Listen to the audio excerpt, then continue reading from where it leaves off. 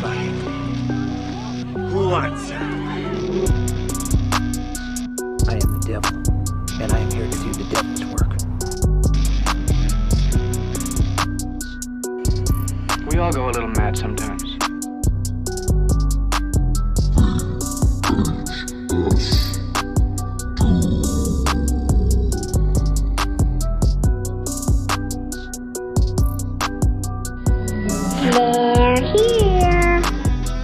Well, hello, you motherfucker. Get out of my lane. What the fuck? Get out of here, you dumb bitch. Oh, Jesus Christ. Jesus Christ. This road He's trip, not a man. good driver. This I'm is scared. I'm a perfect get out of here, you piece of shit. Oh god. He's no, hit like it's, 4 cars. Well, they don't know who I am. So, whatever. I don't care. Do you have enough God damn it. Doesn't matter if we're on the road, doesn't matter if we're in the store. You're always going to get me with that shit. Oh man. Do you have enough like snacks? You got to take a piss? You good? I'm good. Yeah, okay, good. We just stopped a little while ago. So, anyway, welcome back, everybody, to the very best place that you could be in the entire interstate road system, or back roads, or dirt roads, or local Highway 1, the VHS Doom podcast, and, well, car. It's not a rental store this week, so, but we're glad to have you guys back. Yeah, so. Wait, then why do I have these customers' videotapes? Did you bring them with you? They were someone handed them to me as I was getting into a car. Oh, like while we were at the gas station? Yeah, they're like, here, I forgot to give it to you earlier. Oh, they saw you and they're like, oh, I don't want to drive to the store. Here, take my tape. I think they followed us for a while. Oh, how do they know what I drive? They said that they always see you outside. I don't know. Oh, weird. Yeah, okay. All right, well, that's cool. I mean, I love how familiar our customers are with us.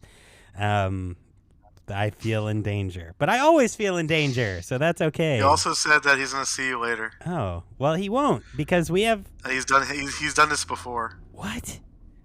What the fuck? Jesus Christ. Was it Scabby? Was it Little Scabby Mane? No, it's this like old guy. Oh, no. Was he carrying a bag with a bunch of fucking apples in it? I think so. Oh, fuck. He's probably going to razor blade me later.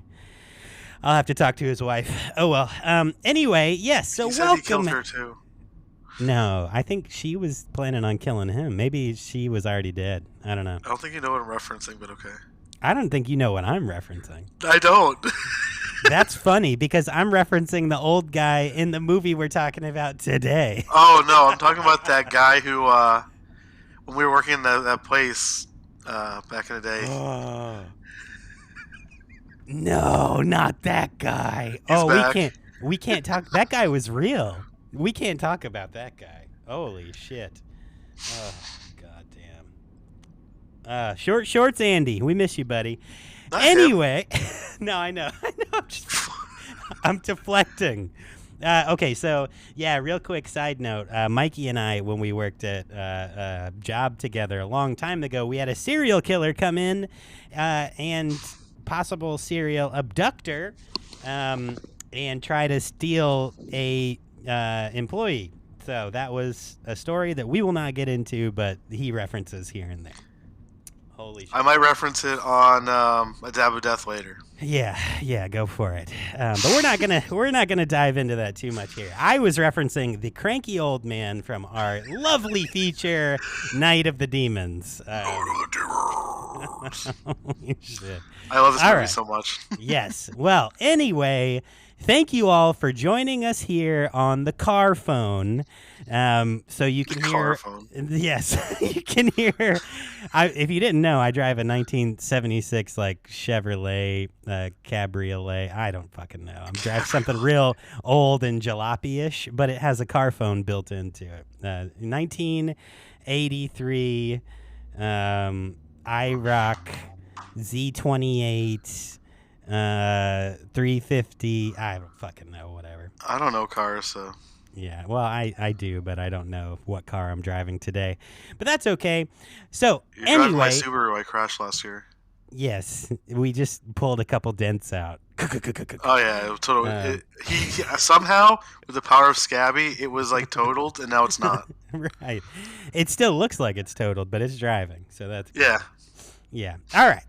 Anyway, thank you all so much for joining us here on our road trip, episode 1, our first stop, Hull House and Night of the Demons. If you have not already, please go give us a like, a follow, a rating, share us with your friends, and as I said a couple weeks ago, share us with your enemies, for we shall eviscerate them. And most importantly, please subscribe because we need all the subscribers we can get. We want you guys to know when the show comes out. You'll get to hear all of the fun and madness as it happens. Yeah, so hit subscribe wherever you're listening to us. We love that you're here. Thanks so much.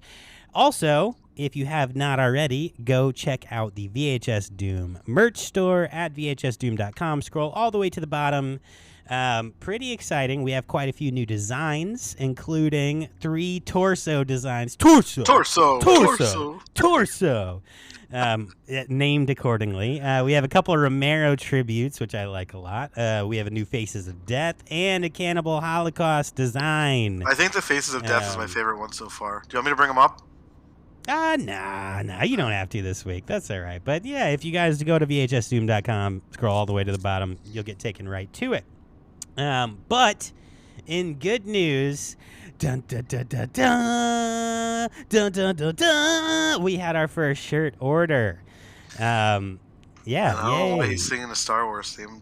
I don't know. Williams gives them to us. Bro, that's the first theme that popped in my head. It was like, you're conquering or whatever. I don't fucking know. Anyway. Dun, dun, dun, dun, dun. Yeah. Yeah. Dun, I love dun, Space Odyssey, dun, sorry. Dun, dun, dun, dun, dun, dun, dun, dun, dun, dun, That was just- dun, dun. This is Willy Wonka's song. Yes. It's going to devolve. All right, let's not go too far off the rails. Okay. So, yeah, I'm not going to dox this person, but person, thank you so much for your first order. If you're a listener, we really appreciate it. And as promised, you are absolutely invited to come on the show and talk about your questionable choices. If you want to, if you are a listener, shoot us an email at vhsdoom@gmail.com, and we will invite you onto the show to talk about your decisions. Die. Or, if you don't want to come on, that's fine too, and we'll never hear from you, and I hope you enjoy the shirt. You die. Yeah, but they did grab the Night of the Living Dead shirt. Actually, I'm wearing the Brain Dead shirt today. If you're I on like YouTube, that one too. I'm gonna get the Faces of Death one soon. Yeah, the Faces of Death one's pretty cool too. I like it. I'm wearing a Leeway hoodie. Leeway. You're hardcore. Okay. Like that. All right. So, as we said a couple weeks ago, well, last week we were on a break, so we didn't say any of this shit. But we want you on the show if you're a band, a director, an actor, you're promoting a project. We want to talk to you here at VHS Doom.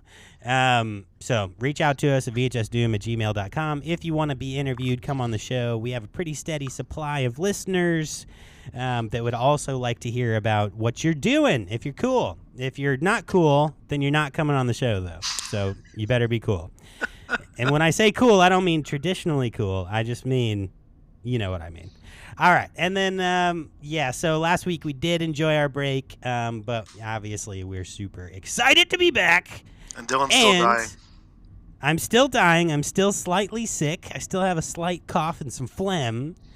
But we are on a dope-ass Halloween road trip, and we're making our first fucking stop this week at Hull House. And I'm stoked for that. So, but yeah, if I do sound sick or I am lacking the regular energy, I pre-apologize because I still, a week and a half later, am congested. So, that's okay. Anyway, Mikey, how you been? I've been good.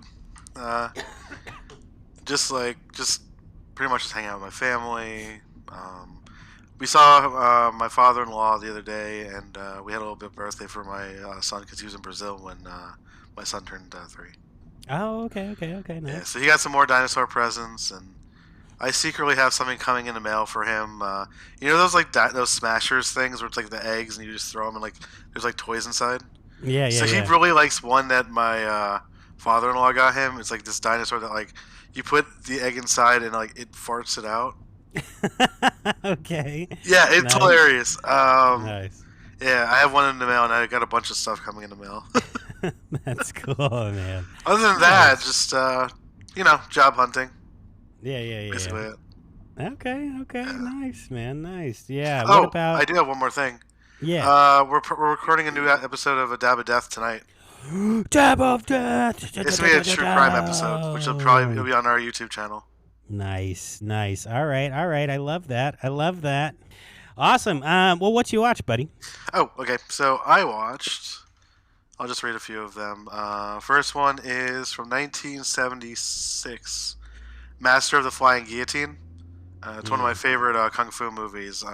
Because you told me earlier the week you were watching a couple of kung fu movies, so I watched a couple. Nice. Well, I watched one. I was gonna watch another one, but I kind of passed out. All right. So Master of the Flying Guillotine. After his students are killed by the one-armed boxer, a vengeful blind kung fu expert travels to a village where martial arts contest is being held, and vows to behead every one-armed man he comes across. Okay. So okay. when he breaks in there, he's dressed like a Buddhist monk, and for some reason they have a swastika on there, but like that's also like a Buddhist symbol too.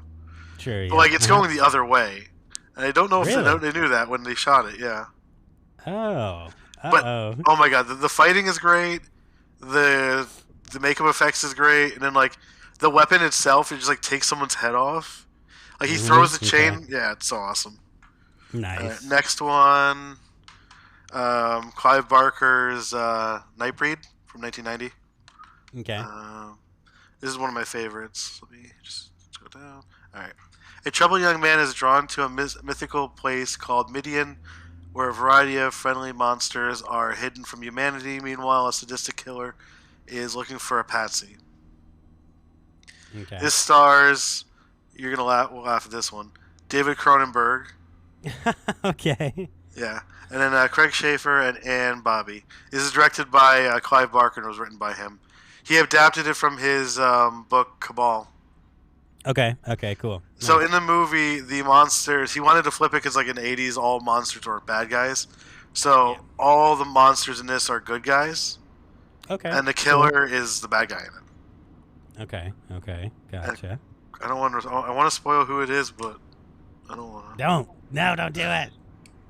The mask is cool too. Yeah. Okay. Nice. All right. Next, I watched Lucio Fulci's. You're not gonna like.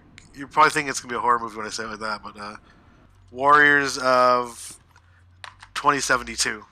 Oh. Okay. It's okay. one of his. It's one of those like Mad Max Escape from New York ripoffs. Gotcha. Post-apocalyptic. Yeah. So Okay. in Rome in 2072, the ruthless CEO of a TV network plots a stage in modern gladiator games for ratings, while one contestant learns of the conspiracy behind the true nature of the results. And it has like a decent cast. Fred Williamson's in it, and Howard Ross. They've been in other like stuff, and Fred Williamson's pretty famous too. Another Italian ripoff. This one is Endgame. I am not going to pronounce the. I guess I will. Bronx Lotta Finale. So a telepathic mutant recruits a World War III TV show warrior to lead her band of mutants to safety. And it has a really good cast too. Al Cliver's in it. Laura Gemser, she's played Emmanuel in a lot of the other Emmanuel movies, and then George Eastman, Okay. who I gave you Anthropophagus, right? You did, yeah. So he's the zombie in that. Well, not zombie, the cannibal guy in that, and then he's written a lot of stuff too, and he's been acting in a lot of movies. So yeah, I liked all of them a lot. I think obviously my favorite one out of all of them is Nightbreed, Okay. but Yeah. I love all of them. Nice. Nice. So what'd you watch? Cool. Well, what did I do, I guess, first, so we can stay consistent? What did I do? I was sick, so I just stayed sick. I get it. Bro, no, I'm trying to, like, squeak out, like, some work the best I can while also, like, coughing my lungs up and, like, feeling like death for a week. But, yeah, I mean, I guess over the weekend I did, I had my daughter, hung out with my daughter. We had a lot of fun. Even though I was like, oh, like she's still fun. She's really cool, man. She's really smart. Like it's like scary how smart she is. Is it scary? Sometimes. Yeah. Where like, okay, so like yesterday, I'm giving her a bath, right? I put her in the bathtub and she sits there and she says, "Oh, I'm comfortable." And she's not two yet. And I'm like, "You're comfortable? Who taught you?" And she said it like, "I'm comfortable." I'm like, "Comfortable? Comfortable?" She's like, "Yes." And I'm like, "Okay." So she's like smart like her mom. Like her language skills are really high. So some of the stuff she says is just like hilarious. Like the other day it was like, "Daddy made a mistake." I'm like, "You motherfucker." Yes, I did make a mistake. But yeah, so she's fun. It's just a lot of fun being a dad and this age around like the twos, they're crazy but fun. Even 3, like it's crazy. He was kind of slower with picking up his like stuff because like he had the hearing stuff because of getting ear infections. Yeah, but now it's just like it's like coming out like crazy. Like ever since the surgery, I think it was last year. Yeah, he's just been like all words and stuff, and right. Yeah, it's crazy how big he's getting too. They say some shit, man. But yeah, that's wild. I was playing Mortal Kombat the other day, and like he ran into the room, and he saw me punch someone's head off, and he said at the end of it, "Daddy'll fix it." Yeah. Like we can put everything back together. Actually, that is a theme, though, right? So, like Ari, like if she breaks a crayon or something, I'll tape it back together, right? If she wants me to, or like if she accidentally breaks something off of like one of her toys, I'll glue it back or whatever. Same.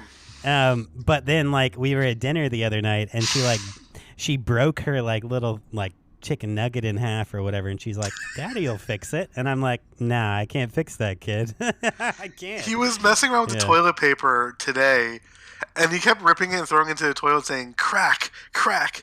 Like he's like he means rip, but like he'll do that. Crack, crack. Yeah, since he's been going to school, it's been like getting better, like him like talking and stuff. Oh, that's good. Yeah, it's being around kids, man. Other kids will do that kind of shit. He has like little friends and stuff. It's really cute. That's great. You gotta love it. Yeah. So speaking of kicking people's heads off, so my watch list this week is all kung fu. So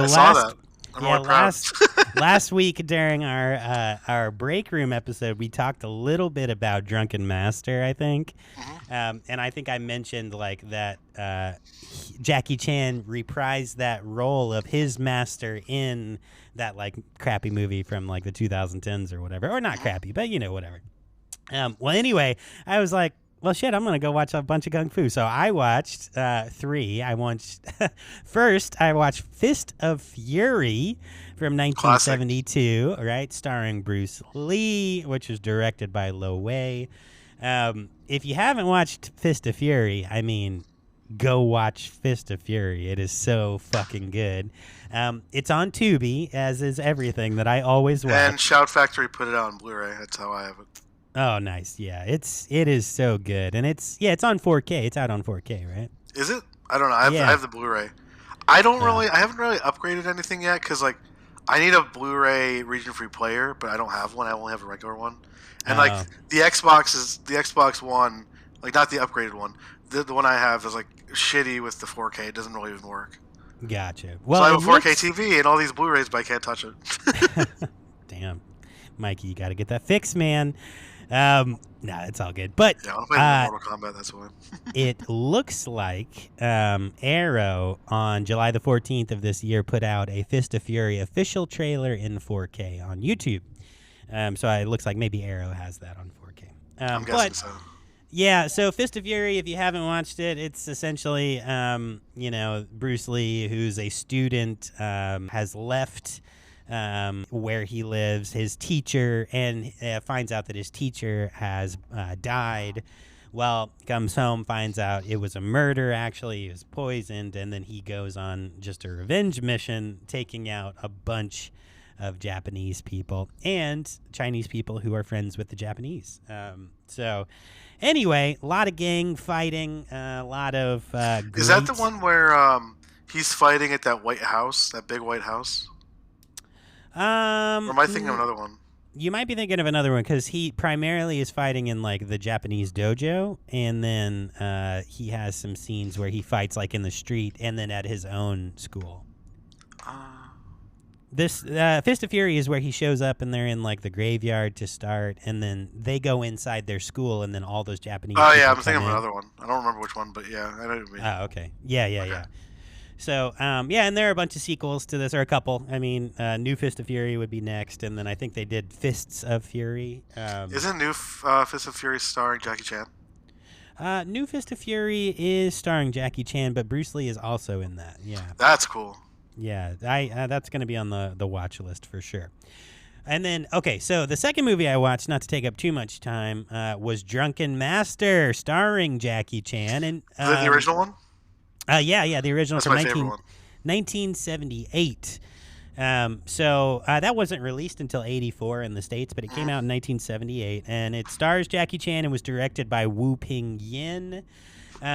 Essentially, Jackie Chan, who actually was credited not as Jackie at that time in the movie. It was I saw you say that in the notes. I didn't even notice that. Yeah, Jacky he was credited as, which I found interesting. But so that essentially the film is about a young, horny and bad kid who essays his own cousin, and then also, does a bunch of other dumb shit like stealing, and he's sent by his father off to learn with a really tough master who turns out to have a drunken style, which turns out to be really cool.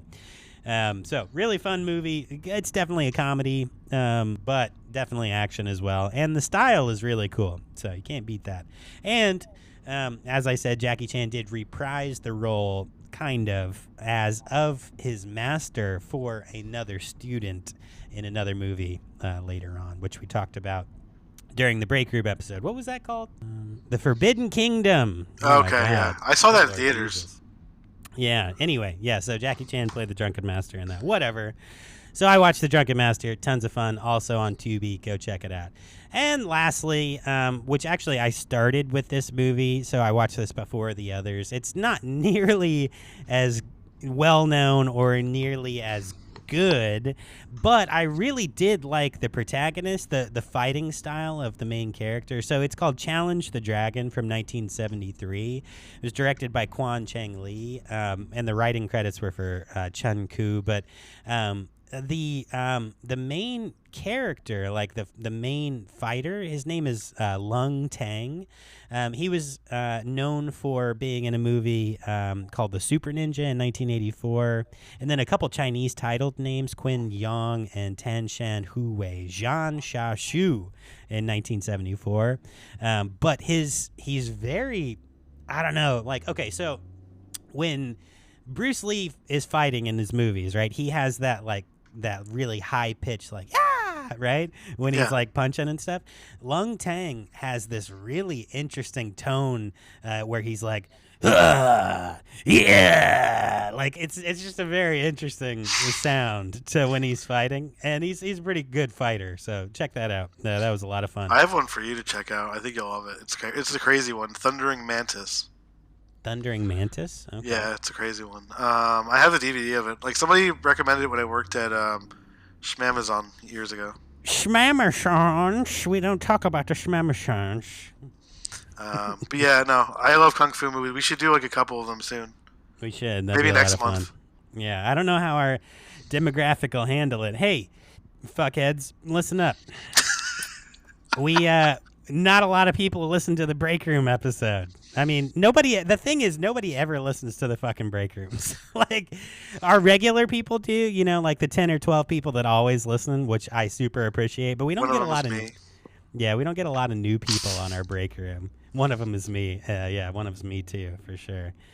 So anyway, but yeah, we're over We got 561 listens right now, which is That is wild. so awesome. Can you Thank believe guys. that? That's crazy, dude.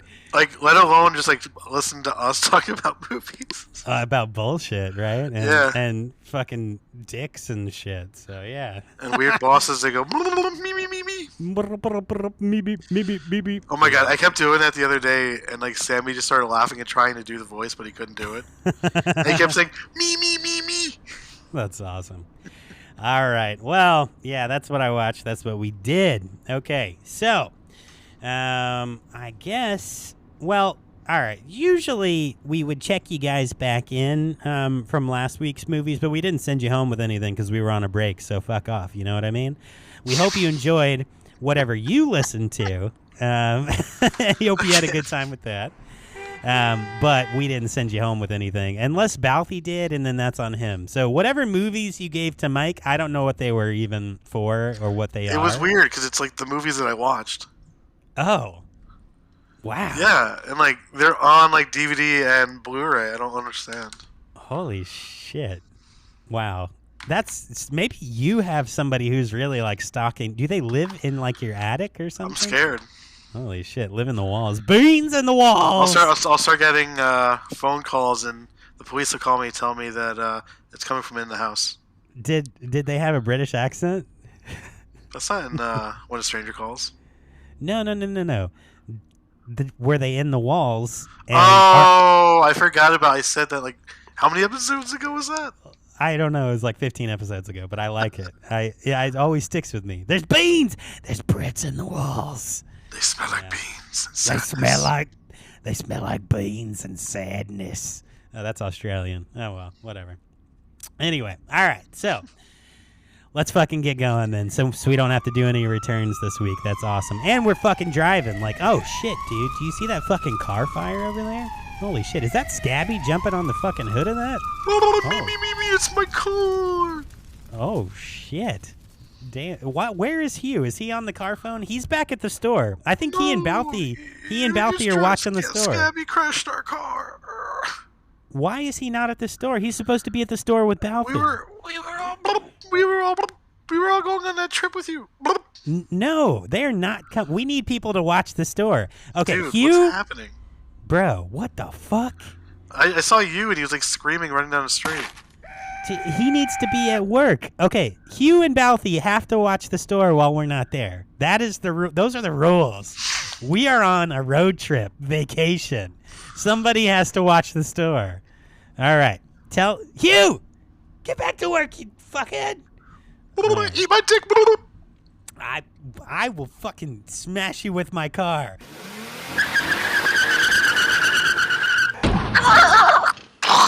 Good. We ran over Hugh.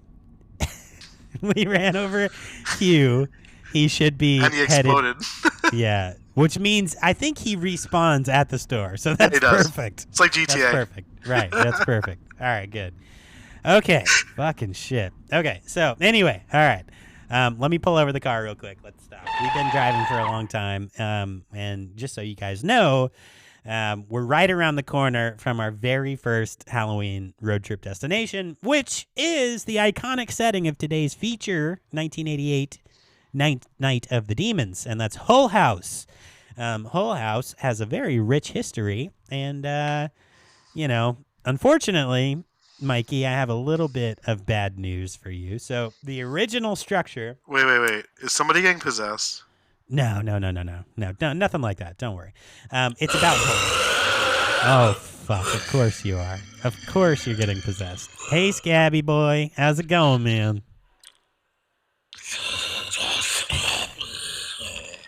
Who is that? Fuck. Get the fuck out of my car. I'm going to fucking hit the shit out of you. You just threw up all over Dylan. That was scary. Fuck. I'm disgusting now, man. Holy shit. Where do we find these people? Bro, Little Scabby Maine is... Oh. Well, there's 3 of them. Bro, that's your fucking name this week. Did they possess you before we even started? Yeah, you didn't know that? No. I wasn't paying attention. God, yeah. Apparently, Angela told them to do it. Okay, so listen up. the original structure that was used for the film Hull House was demolished in 1990, and it was replaced with a Ralph's supermarket. Wah, wah, wah. But instead of walking around a grocery store, I had a little thought. I figured we'd call in a little help from old Scabby, little favor, so we can jump back in time a little ways to see Hull House in its full terror. Oh, so we're using scab tabs? Kind of. So, yeah, per Scabby's instructions, at our last pit stop, I dumped about 3 pounds of scabs and a packet of ramen into the gas tank. Oh, it's also in my drink. I've been noticing it's like a skin flavored too. Because this is Yeah. supposed to just be like a gum flavored one, but like. Well, if there's something wrong with your drink, then he did it himself. That wasn't me, but that's fine.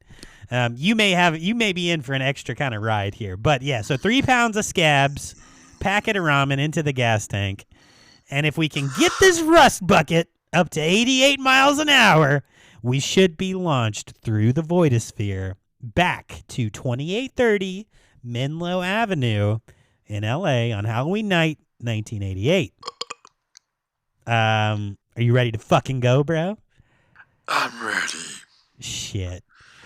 Okay, here we go.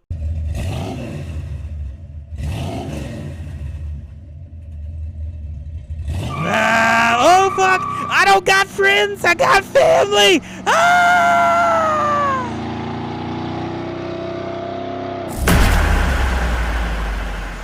Come with me, and you'll be in a world of social violation.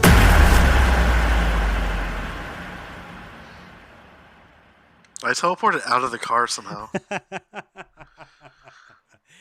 Holy Dylan was the fucking only one who shit. crashed the wall when we crashed the car just now. Well, no, I didn't crash into a wall. We ended up where we are. Dude, look around. Do you see that fucking old man with a bag of apples and razor blades? You told me to tell you to eat a dick. Dude, if we fucking ate it. Yeah. What about the creepy guy who shows up at that girl's house? Look, that he's got a pig nose on and he's fucking shoving his ass out the window. Oh, shit. The guy is threatening his her little brother. Oh, yeah, right. Yeah, little creep dude, yeah. He had the said, weirdest voice. He did. He was from Brooklyn or something. Yeah. Yeah, okay. All right, before we move forward, there's Hull House. It's fucking huge and super fucking scary and super dangerous. And I think there's probably a lot of rusty nails everywhere. I But like to eat those. yeah, before we go eating rusty nails, They're kind of like Fritos. let's see if we can tune the radio a little, and then we can play the trailer on the radio. Let's see.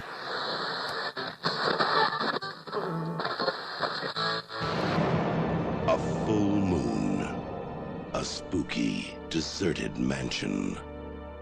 Halloween night. All right, dudes! And dudesses! Let's party! 10 kids. All they want to do is raise a little hell. Now, as long as they live, they'll wonder what's gotten into them.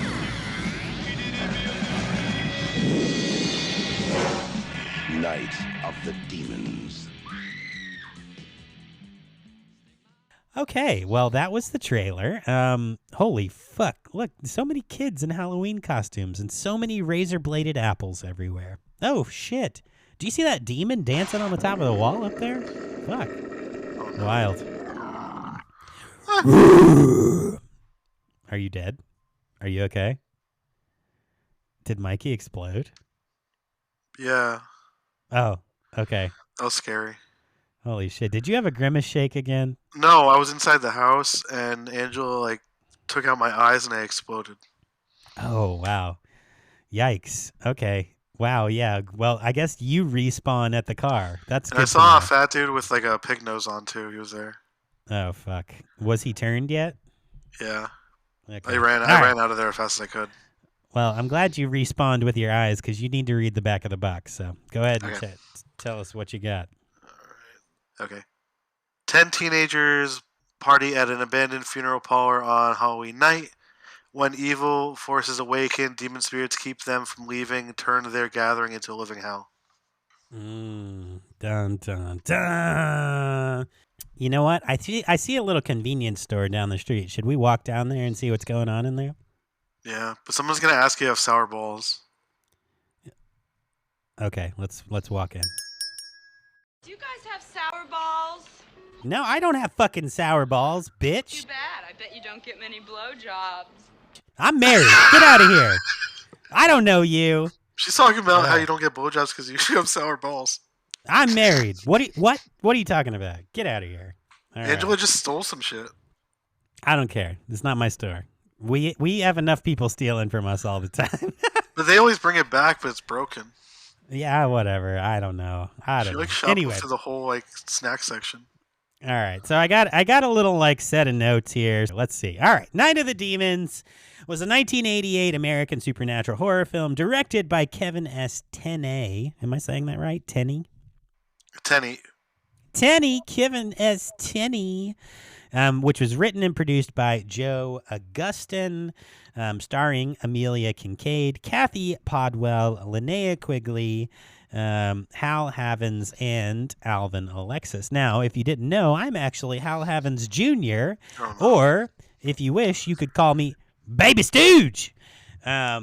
Yes, so that was the little cast there. The plot follows a group of high school students who throw a party inside of an isolated funeral parlor on Halloween night. While attempting a seance, they accidentally release a demon locked in the crematorium that begins to possess them one by one.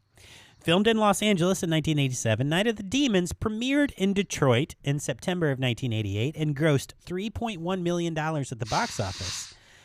Not a ton, but I heard that's about 3 times what its budget was, so that's all right. Though it received mixed critical response, the film would later become a cult classic in the years since its release. Oh, it's definitely one of my favorites. That was a release burp. Was this a first time watch for you? It was. I had not seen Night of the Demons before, so yeah, first time for me. Yeah, when we were picking ones, I was just trying to find one that like I've seen so many times that like I could just like do this. You know what I mean?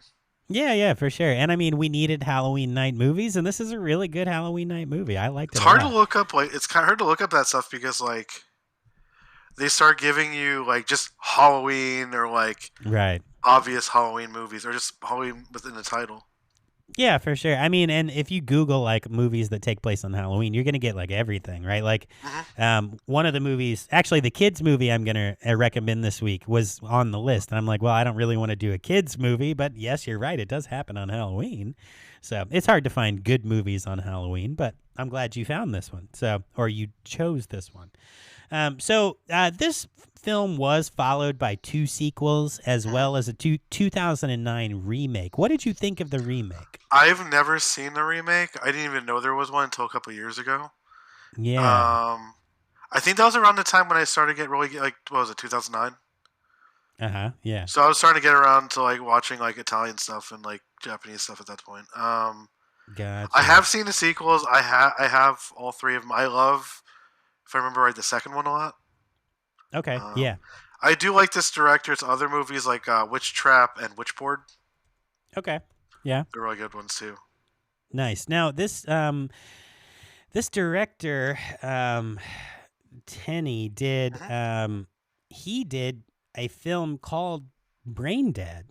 Did you know that? Yeah, no. That's why they had to change it to Dead Alive in the States, from what I heard. Got you. So he's the reason they couldn't keep the same title. Okay. I think so. I could be wrong, but I think so. Yeah, that sounds right. Because when I was looking up his filmography, it was specifically they talked about Brain Dead, and I was like, "Oh shit, that does not look like the same movie." Yeah, I think I first watched this like, oh god, is it like it's like 20 years now. Holy shit, bro. I was okay. like 13. So this is super sad. Night of the Demons, 2009. I mean, whatever. I'm not going to say like too much, but on IMDb, it's a 4.6 out of 10. Rotten Tomatoes, 33%. So I might like it, actually. You might, but the box office was only $64,000. I mean, like, it was coming at a time where, like, everything was being remade, and, like, people were just so mad at that. Yeah. I Yeah. mean, the demons kind of look cool, actually. It might be a fun kind of little movie. Anyway, I love Evil Dead-esque movies. yeah, you know what? You gotta love that they took like that camera work and ran with it. Although doing those shots through a dark house, that kind of got a little weird. All right, so yeah, just a few more notes. The cinematography in this movie was by David Lewis. It was edited by Daniel Duncan. And then the music was by Dennis Michael Tenney. So I assume related to Kevin S. Tenney. I'm not sure. Yeah, it must be. Same last name. Yeah, it was released on September the 9th of 1988 at an 89-minute runtime.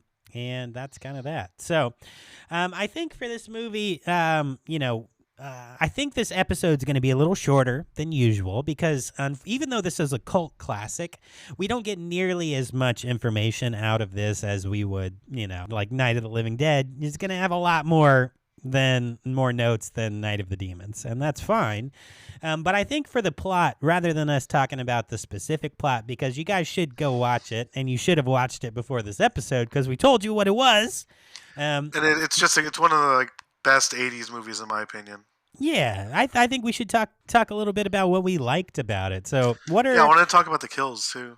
Yeah, for sure. Let's talk. You jump in. What kind of stuff did you really like about Night of the Demons? I really like. I thought honestly the dance scene was kind of funny. When I first saw it, I thought it was cool, but now I kind of watched it again. I'm kind of think it's funny. Yeah. I liked how I really like these kind of demon movies where like people get possessed and like it's like almost like a zombie kind of thing. Uh-huh. Like, you know what I mean? Like that Evil Dead kind of thing where it's like it's kind of like both a demon and like a zombie kind of thing. Yeah, for sure. Mm-hmm. I don't know. I thought the characters were funny. I thought the scene where Linnea Quigley put the lipstick in her nipple was one of the weirdest things I ever saw. Yeah, dude, that effect was really fucking weird, and I was like, I feel like I told you about that before. Yeah, you've mentioned that to me before, and when I saw it, I was like, holy shit, why? You think it's like real and like how it's done. Yeah, for sure. And I thought at the beginning, as we referenced before, when those sexist assholes were like ogling her. Yeah. Uh-huh. And then like she says the thing about sour balls. Oh my god. That was pretty funny. Yeah. That was. I mean, if you're gonna steal a whole fucking like laundry bag full of shit from a store, that was the best part. She's like running in the background. Right. Yeah. Grabbing all the snacks. Like no other customers even care at all. You know. They weren't even like looking at her either. No. That's funny. Yeah. Whatever. That was funny. Yeah, for sure. I think I saw. So I watched this I watched this one on Amazon because it's on Amazon as well on my laptop. And so again, Amazon, as I've said in the past, puts out some really cool, like interesting notes. So some of the notes that Amazon put in there that I thought were kind of cool, like just did you know, or like trivia facts. So Angela's cross earrings turn upside down after she gets possessed. So they start right side up and then they turn upside down. I thought that was pretty cool. Also, apparently, Kathy Podwell did not know that this film had become a cult classic. So she went on. She was in Dallas. Like, that was what she was really known for working in, that show, Dallas. She got approached by somebody out and about, like, while she was at a store. And they were like, oh, we love you. We're so... such big fans of Night of the Demons. And she's like, wait, there are fans of Night of the Demons? Like, she didn't realize that it had become a cult classic until some rando approached her at it was super low budget at that time, and I don't think it was like... Yeah. It's not, like, back then, it was like, I don't know. I feel like with the internet, people find out more things. Yeah, for sure. I miss that, actually. I miss, just finding something. Right, or your friends telling you about it. Yeah, that's the best part. It is. Well, so a couple other notes there. So Amazon also talked about the filming set. So like they actually filmed in an old dilapidated mansion. It was not a built set for the movie, which is how they saved money on production. But Apparently, the actors all became really close throughout the filming process because none of them wanted to be alone in any part of like the house where they're right where the dressing rooms were. So they all just huddled together the whole filming process. Apparently, like there were rusty nails all over the place. There were a lot of things that were super dangerous for these actors in the house. That's and wild. only 2 years later, the house got torn down because Wow. it was in such bad repair.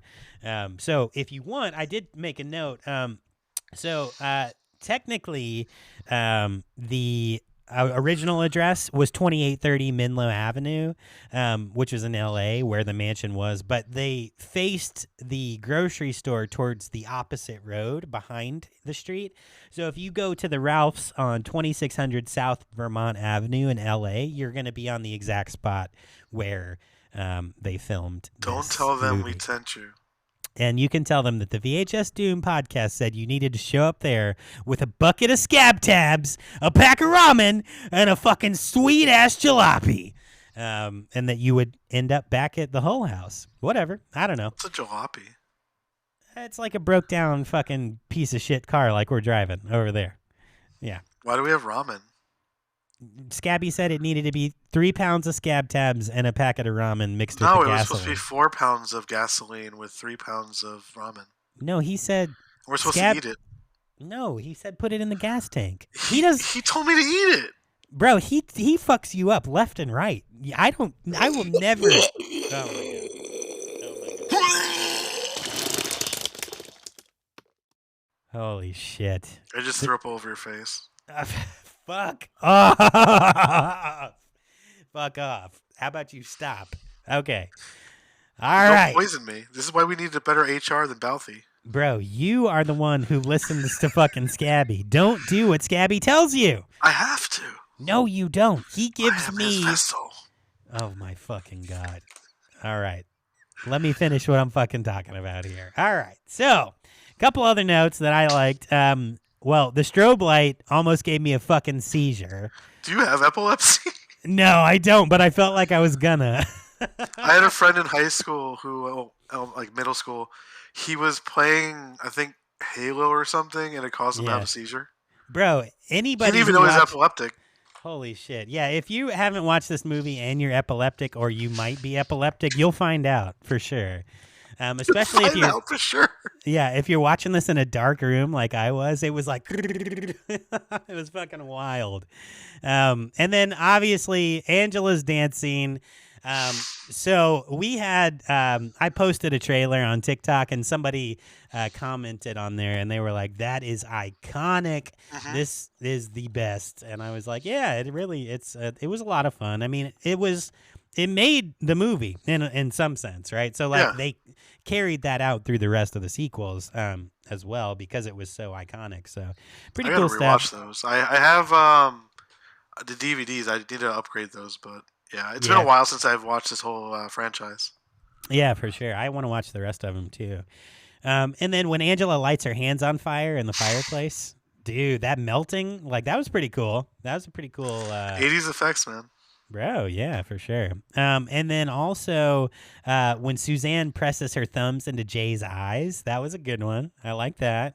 That was a good I mean, the effect was great, but oh god, I hate that stuff. Oh, yeah, it's awful, but it was a good effect. Like, it was a good effects work.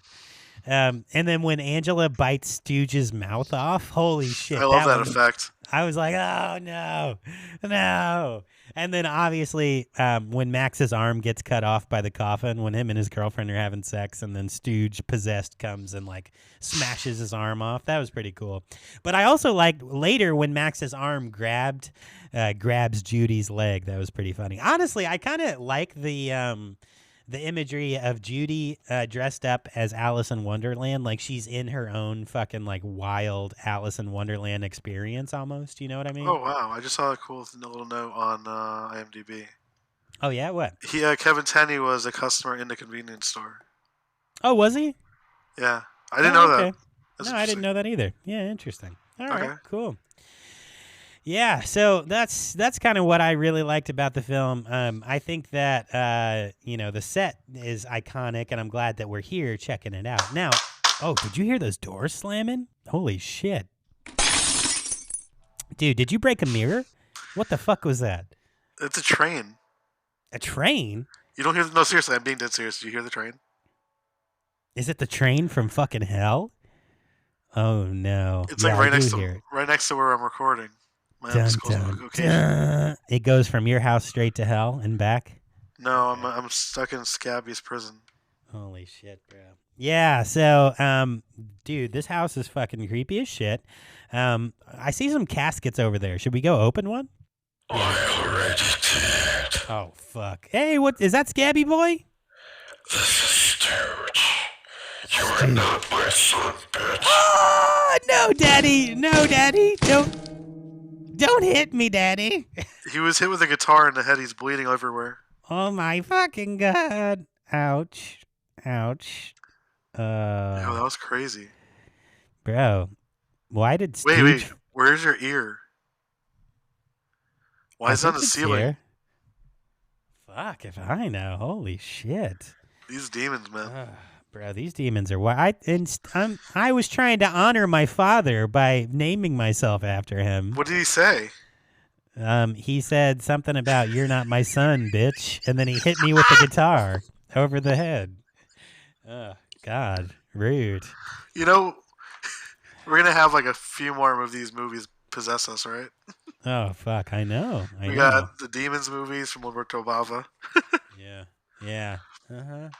We're gonna have to maybe open up our cast of demon characters here. Anyway, all right. So because, as I was saying earlier, because this movie doesn't have a lot of production notes. Now it will, I think it will, but I'm talking about specifically on like IMDb and on Wikipedia. There just aren't a lot of production notes, but I did see that a 71-minute documentary on Night of the Demons came out relatively recently.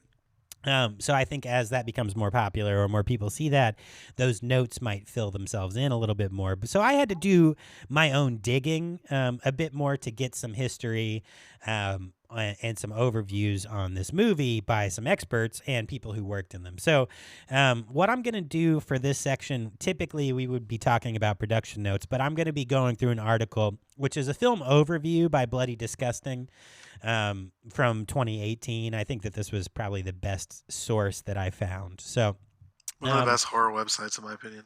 Yeah, for sure. I think so too. So we'll read through this and then we'll we'll move on into a few notes about the soundtrack and stuff like that. So, okay, so from Bloody Disgusting in 2018, released a decade after John Carpenter's Halloween, Night of the Demons began a very different type of Halloween-centered franchise that was unafraid to get weird.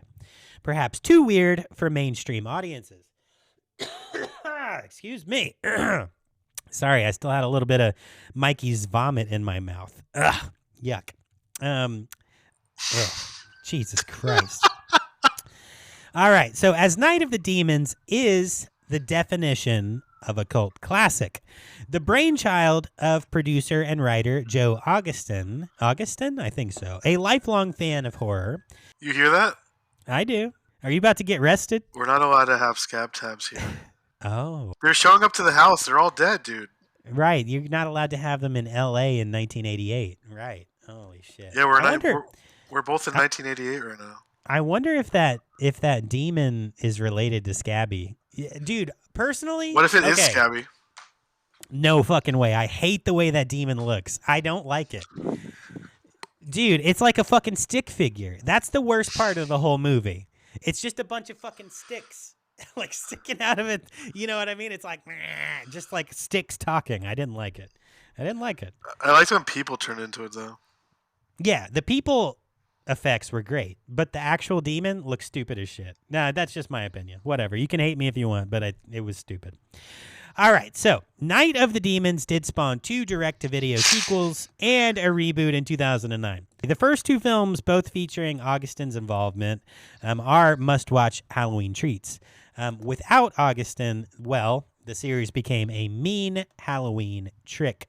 For better or worse, this Halloween season, we revisited horror's other major Halloween series, Night of the Demons. Written and produced by Joe Augustin and directed by Kevin Tenney, who also directed Witchboard, Night of the Demons is a Halloween cult classic. Receiving a regional theatrical release that began in Detroit in September of 1988 and spread throughout the country until June 1989. Night of the Demons was initially panned by critics despite earning profit, and, per usual, reception has long since grown more positive throughout the years. That's really the case with like most horror movies. They're all hated in the beginning, and then by the end, everybody changes their opinion. Like The Thing. Critics are dicknecks. Right? They just want to hate on stuff. Right? Take the penis. We're not even going to use them anymore.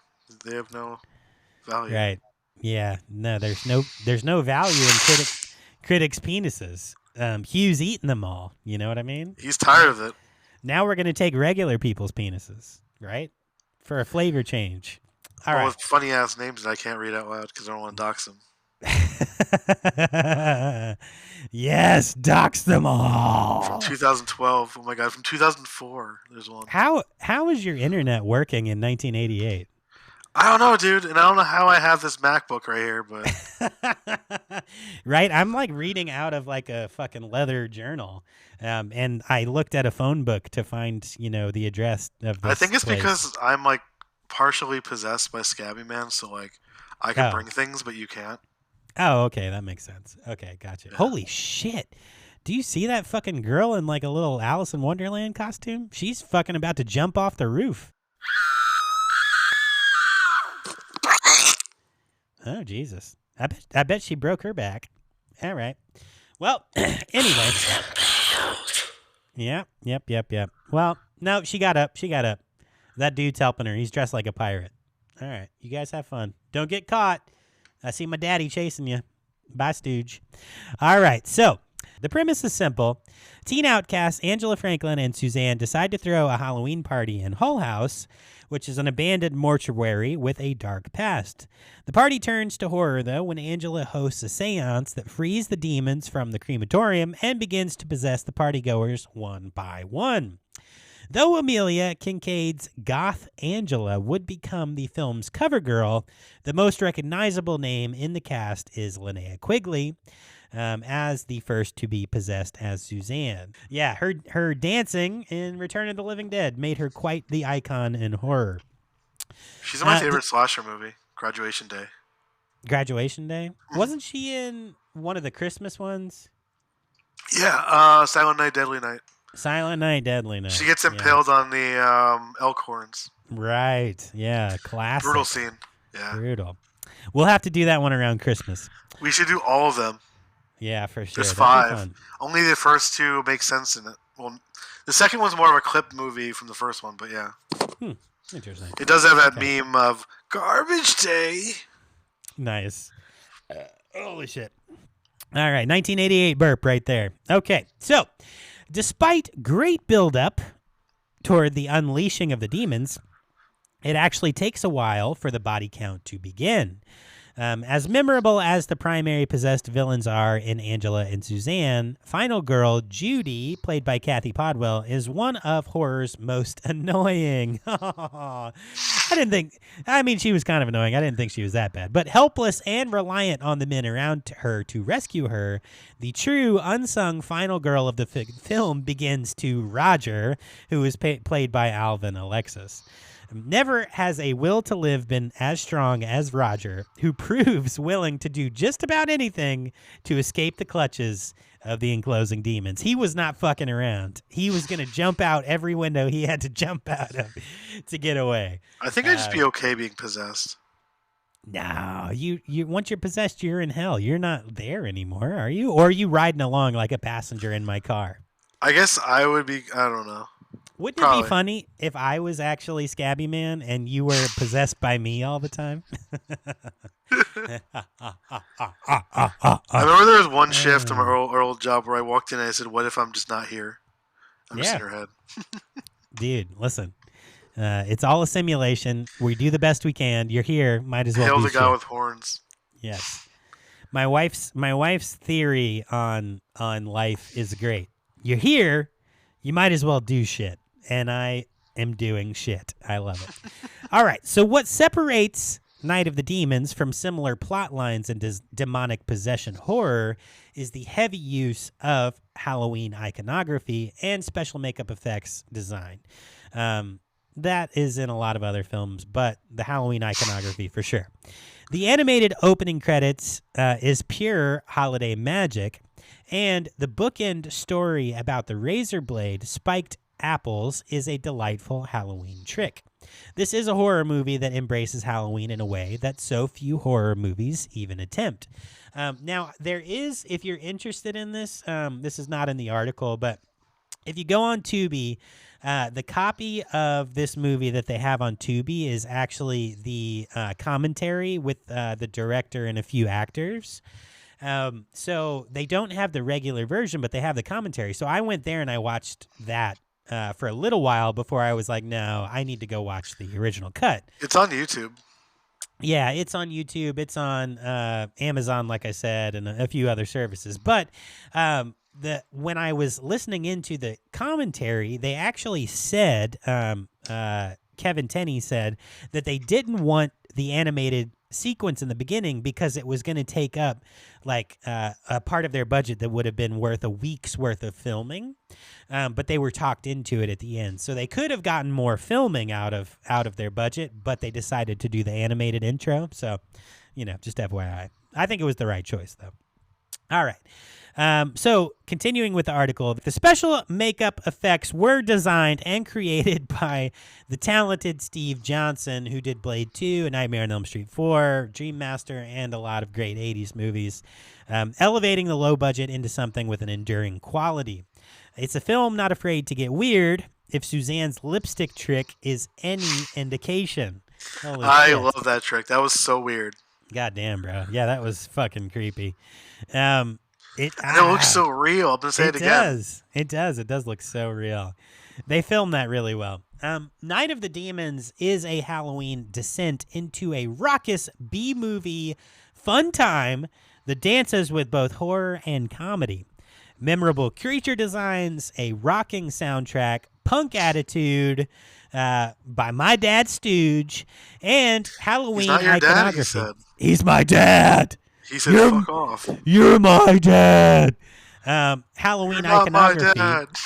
Makes it understandable why this has become more regarded in the 30 years since its release, even if it is imperfect. Of course, clever marketing with catchy taglines like Angela is having a party, Jason and Freddy are too scared to come, but you'll have a hell of a time did help. Yes.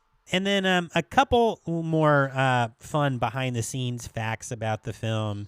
The same shooting location was used for the first sequel. They filmed it prior to it being torn down. Linnea Quigley married the film's FX artist, Steve Johnson. Okay. The film was originally titled Halloween Party, and then they changed it because of issues with Halloween.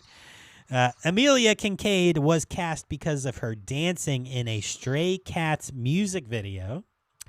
And then lastly, the Golden Girls actress Rue McClanahan is Kincaid's aunt and visited the set during filming. Interesting. Oh, wow. How about that? All right. So that kind of wraps up that article by Bloody Disgusting. I figured we would just run into that because it's the best source of, information that I found. So on the soundtrack, just a few notes here. The majority of the soundtrack was composed and performed by Dennis Michael Tenney, who also composed for 17 other films, which included a lot of Kevin S. Tenney's movies. That's what makes me think that they're related. But so he did, earliest Book of Joe, which I've never heard of. It was a short film in 1984. But then he did Witchboard, Night of the Demons. He did Witch Trap, Hot Times at Montclair High. What? Okay. Never seen it. Me either. Peacemaker, Witchboard 2, Backstreet Justice. He did Leprechaun 3. Yeah. Yeah, in 95. I have one of those, few disc sets and of, the ones that are really cheap at Walmart ones? Yeah. I have one of the Leprechaun movies. I'm not really a big fan, but, I collect things. Yeah, for sure. I like the first Leprechaun. That's the best one. Yeah, what's Jennifer her name Aniston. from Jennifer Aniston from Friends? Yeah, Mm-hmm. that was fun.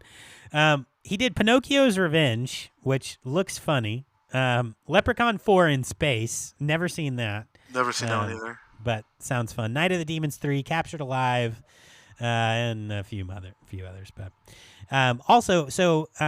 in this film, he did Dennis Michael Tenney did the main title theme, but then there was Stigmata Martyr, which was composed and performed by Bauhaus. Fuck yeah. Yeah. So that's what she was dancing to. I love believe. Bauhaus. Yeah. And then a couple of the other songs, Computer Day, Victims of the Press, The Beast Inside, those were all by Dennis Michael Tenney, too. So that's the soundtrack. So critical reception and release. Mikey, you got this section now. But first, a word from our show sponsor today while I take a quick break to wipe the vomit off Penis of pudding chemicals. To wipe the penis pudding chemicals off of my face. No, not that. I said that's the name of the company that's sponsoring us right now. Penis Pudding Chemicals has a word for us today. I see God. This shit ain't nothing to me, man. Yeah, we getting that Pirate Bay alien shish kebab cordyceps money. I hope them aliens are real so that I have more things to fuck. Smoking the Qui-Gon Jinn Vietnamese Phillips head runts. When I got the meat cannon, I be shooting straight rope. I need fentanyl slime. I just popped a whole garbanzo bean. Fuck you mean. I smoke real Imrani, rapscallion ghost nuggets. Y'all can't fuck with me. I'm him. I've been him. I will continue to be him. Yellow rubies glistening like piss. Gulping sea monkeys by the gallon, my tummy feel crazy. They thought they could stop a demon, I'm back. The Zaza got me speaking Esperanto. This shit ain't nothing to me, man. Get the president on the phone now. I fronted him a brick. I need my money. Hello? Black China? Red Bull is made of bull sperm. Don't worry. It's fake. That's a good. All right. Critical response. On the review aggregator, penis. Penis? Rotten Tomatoes. Oh. Night of the Demons holds a 42% approval rating, above 12 criteria reviews with an average rating of 5.10. That's ridiculous. Yeah, I'm that's getting mad. stupid. I don't want to read any of this. Like, you know what the Washington Post said? Okay. Do you want to read it and take their penises or no? No, we're gonna go to IMDb. Okay, so what we're gonna do this week? I'm just gonna say the year of the post. I'm not gonna say the person's name. Sure. All right. What we're gonna do? We're gonna change things up. So Mikey has quite a bit of hatred in his heart for critical reviews because they're usually pretty shitty, and I get it. They're just so negative, and it's like not good movies, you know? Yeah, to be honest, our penis bin is pretty full, so I don't think we should. We probably should not continue taking more rotten penises and putting them in the bin. So what we're gonna do? We're gonna change things up, and we're gonna switch over to the public. It's called the People's Republic of Harambe Reviews on IMDb. And Mikey is going to read what the people think. A couple reviews about each movie. So we're going to change it up. So this one is 5 out of 10. It says the title is Bored. I found a large stretch of this movie to be tiresome. The story, basically an Evil Dead ripoff where a bunch of teens go to an old house, get possessed.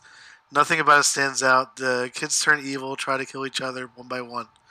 Then the sun comes up and the two survivors go home. Okay. That's not really what I got out of it.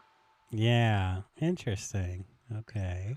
There's this other one that's a 3, but it's like saying they thought it was going to be like Umberto Bava's Demons, but it was more like Evil Dead, and they said it was Evil Dead Sacrilege.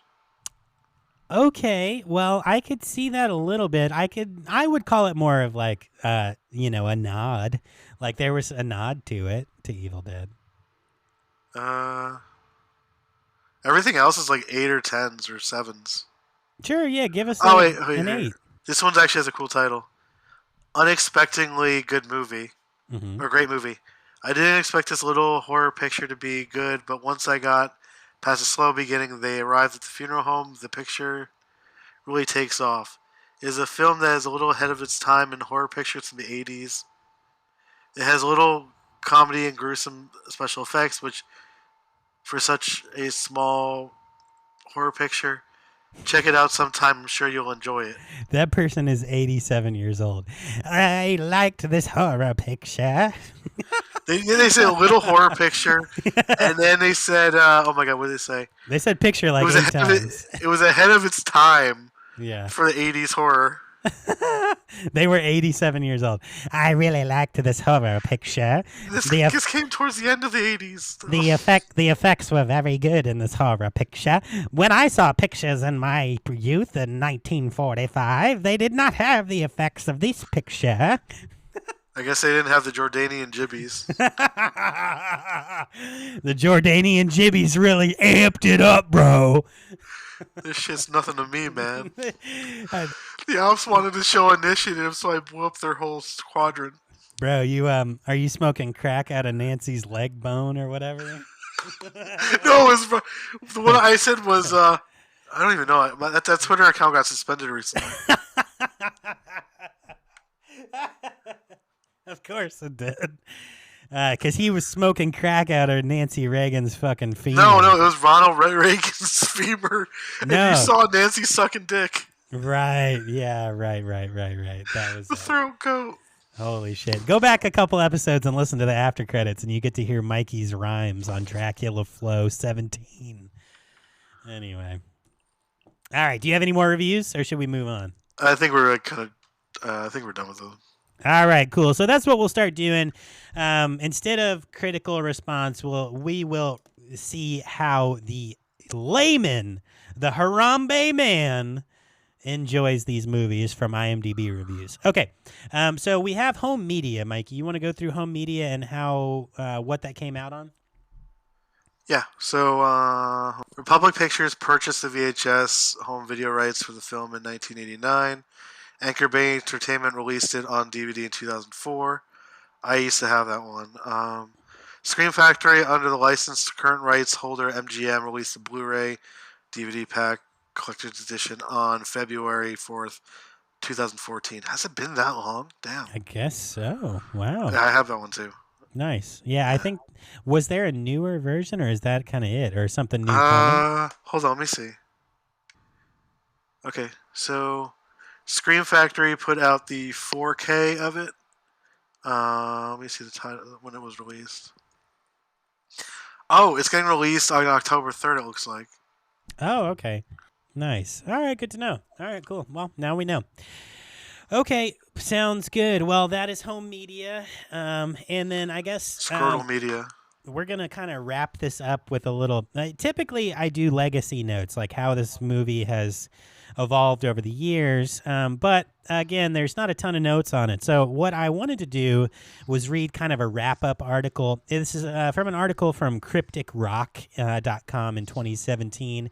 And honestly, I thought it was the best overview of how the film has aged and what it means to people today. So, quote from them, Director Tenney sure picked a great bunch of actors to make horror, comedy, and suspense within the confines of a few thousand picture frames feel so real. On that note, helping bring real to the real is special effects artist Steve Johnson from Big Trouble in Little China in 1986, Highway to Hell in 91. There are a couple more of his credits. Johnson, along with his masterful effects crew, created such a scary-looking set of demons in this movie that will surely burn their evil images into the retinas of every viewer. One particular scene that pertains to Quigley is jaw-dropping and is also the strangest part of the film, which we've talked about several times, which is great because it adds so much more to the movie. Johnson and his special effects crew proved that they had some seriously serious imaginations brewing within their minds that were just begging to be freed. The makeup effects... Free me. The makeup effects... Good. Yeah. The makeup effects upon Kincaid's face turned a pretty woman into a dastardly thing of evil. Here, in turn... Unbeknownst to Johnson and his crew, Kincaid became the first female monster in horror movie history. Wow. All right. So because of this fact, Amelia Kincaid was honored in San Antonio, Texas at a film festival in 2016, which was dedicated just to her. How cool is that? She is also apparently able to communicate with animals. Interesting. And has written many novels since her stint as Angela in the Night of the Demons trilogy. For a woman who scared the pants off of many 11-year-olds watching her horror movies on Cinemax back in 1989, she sure has made an even bigger name for herself since then. A staple in horror movie history, Night of the Demons continues to draw in new fans to what lurks within the dust jacket of its home video releasing, or Blu-ray, or 4K nowadays. While this movie has been, or had been in theaters from September 1988 to June 1989, it grossed just over an estimated $3 million, doubling its estimated budget. That's quite a neat feat for an indie horror film. So remember, if anyone is invited to a Halloween party, be sure to steer clear of any abandoned funeral homes, Ouija boards, and party hosts that go by the names of Angela or Suzanne. It may be the last party you ever attend. Jibbies! And that's it. All right, so let's get the fuck out of here. Dude, do you see that fucking girl's like setting that demon on fire? Shit. God damn, that's hot. Okay, well, that didn't seem to help. Oh shit, those two are trying to jump over the wall. Fuck, that's like some barbed wire they're climbing. Why are they climbing barbed wire? Huh, weird. Ah, they made it. Okay. And there's that fucking stick demon dancing. So stupid. Such a stupid looking demon. Holy shit, I think he saw me. We should probably run. You want to run? Let's get the fuck out of here. So because we are not at the store this week, we have a little bit of an issue. So we're going to have to like send you back to the store to get checked out and get your movies because we don't have the fucking movies in the trunk like a bunch of fucking, bootleggers.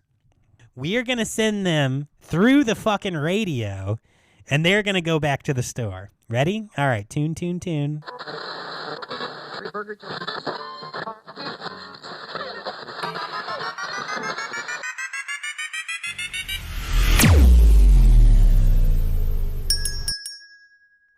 All right. You guys are back at the store now. Okay. Grab your popcorn, grab your candies, and your sody pops. This week you're going home with some cool movies. According to Dylan. Hugh, get the fucking movies, man. Fucking go get them. Alright, so this week you're going home with Fist of Fury from 1972, starring Bruce Lee by Lo Wei. Alright, you're also going home with Drunken Master from 1978 by Lil Stop it! Starring Jackie Chan. Okay, you, what are they going home with next? Nightbreed from 1990, Clive Barker. Okay, 1990, Clive Barker, Nightbreed. Alright, and then, what's next? Warriors of the Year 2072. Lucio Fucci. I like making him talk because he sounds like a fucking asshole. Alright, and then lastly, you're going home with Master of the Flying Guillotine, 1977 by Jimmy Wang Yu. And then, goddamn. Alright, this guy, he keeps failing tests.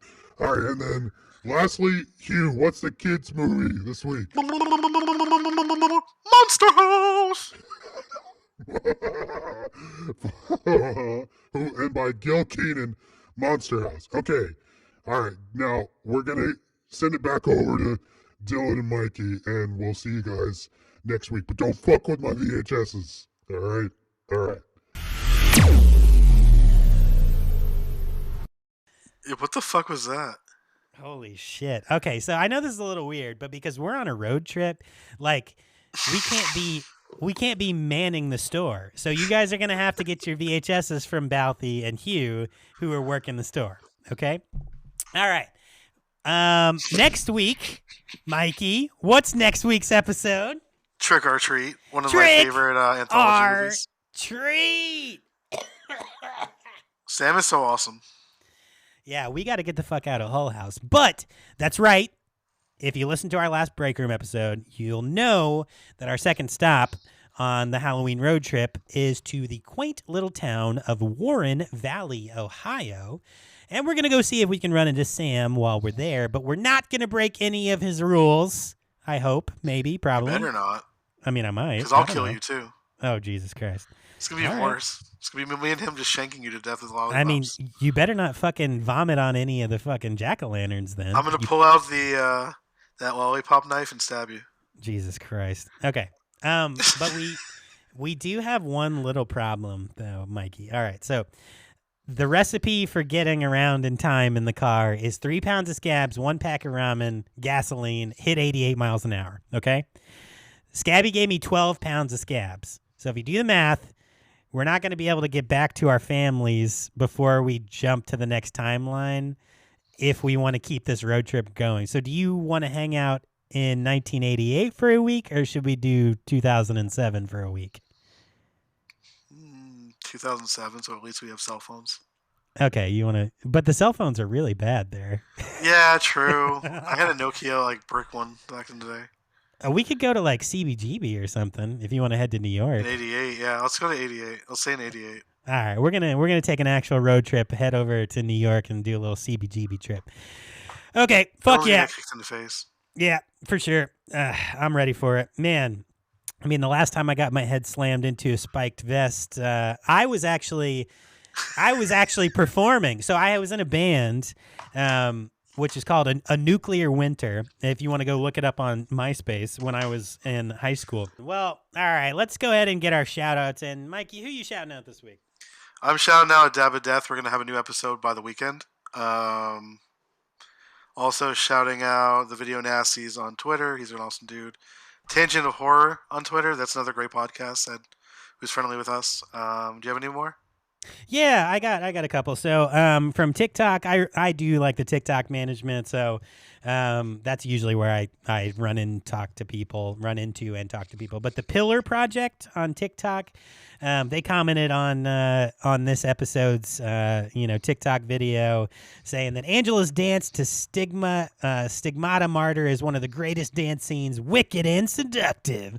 So shout out to Pillar Project.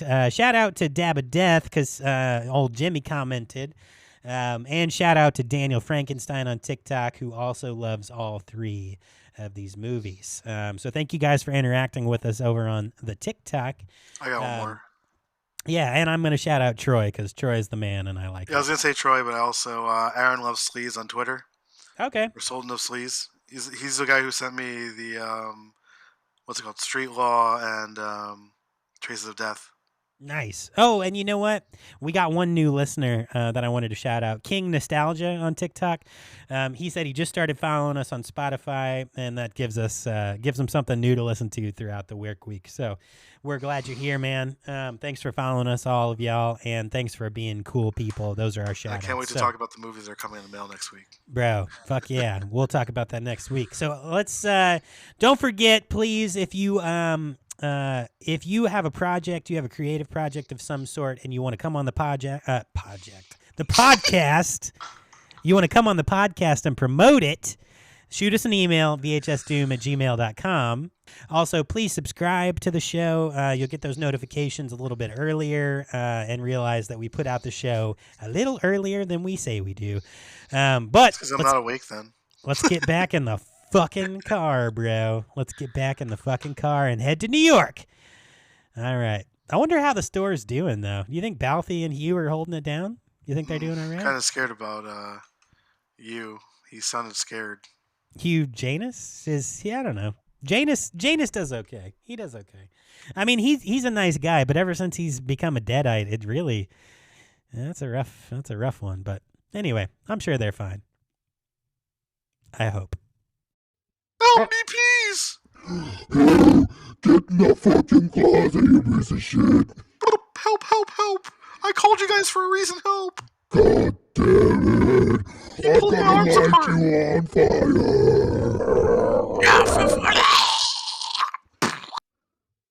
Yeah, I'm sure they're fine. All right.